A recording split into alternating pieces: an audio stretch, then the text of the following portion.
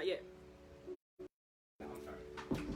Hey, I'm getting ready to go into massage therapy, but I usually don't trade high price stocks like Tesla, but Tesla just reached I think 10.19. I don't know what the high is for today, but when I woke up, my kids' account had been taken out of a trade because I got in at about 8.57, I think, last week, and I wanted to be pulled out at 9.90 because that's the previous high that it reached in, I guess, prior months. But I usually don't trade high price like Tesla.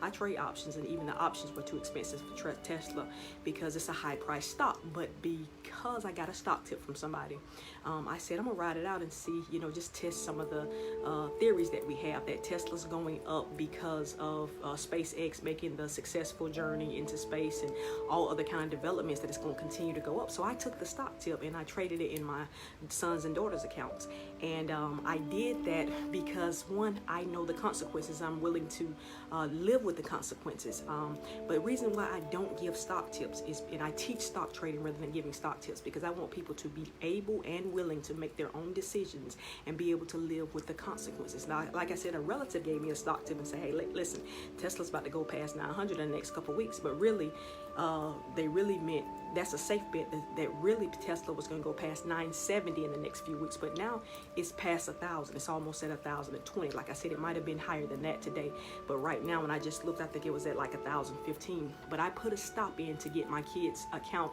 out of that trade. I traded it for like $50-something profit because I know discipline. You can get greedy and say it's steady going up, but Tesla is a solid company, but it's still volatile because, of course, the stock dipped back last week when Elon Musk made a remark about us keeping the economies closed. Was I think fascist or something like that. Opened back up his companies, and then one of his workers tested positive for COVID. That put the stock down a little bit, but of course it came right back up. So Tesla's a solid company. He's a smart guy. He's doing great things, but anything can happen. Anything could go. Something could go wrong with the company. Something can go wrong with him.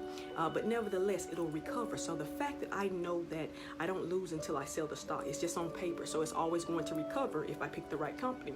Also, I know that in order to gain $150 gain, which is where I put my stop to get me out, I actually risk $857 because that's what the stock was worth. That's what I paid for it, and it could go all the way down to zero. So the reason I don't give people hot stock tips, I only trade stock tips in closed groups that I'm in. I don't just teach them to everybody or give them to everybody on the internet, because you have to be willing and able to make your own decisions and live with the consequences of it.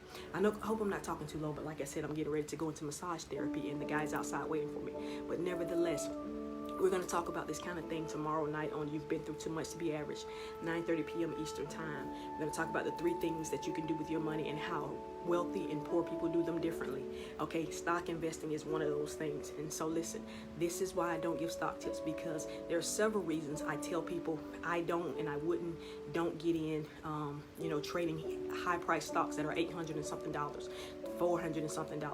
Okay, but I did it because I know the game and I'm disciplined enough to get in and get out, and I also know that I can live with whatever happens. So listen, you've been through too much to be average. You can learn your way out of every situation and onto any destination.